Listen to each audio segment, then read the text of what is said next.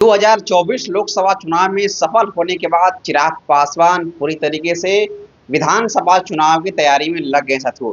चिराग पासवान बिहार विधानसभा में, उत्तर प्रदेश के विधानसभा चुनाव में, झारखंड विधानसभा चुनाव में चिराग पासवान का क्या होगा स्टैंड, कहीं ना कहीं चिराग पासवान के समर्थकों की काफी लंबे समय से उम्मीद लगी हुई साथियों।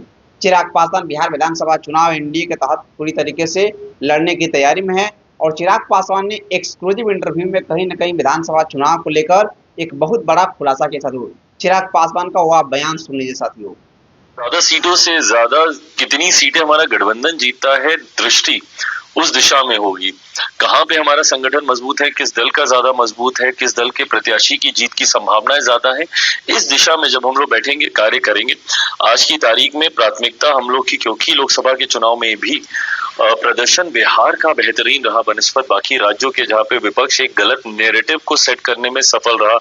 आरक्षण समाप्त हो जाएगा, संविधान खतरे में, ऐसे में बिहार के लोगों ने विपक्ष के इस झूठे नैरेटिव का साथ नहीं दिया और अच्छा प्रदर्शन हम लोग का बिहार में रहा। ऐसे में अगले 5 साल भी वही डबल इंजन की सरकार का लाभ बिहार को मिले, उसके लिए 2025 के विधानसभा के चुनाव महत्वपूर्ण है।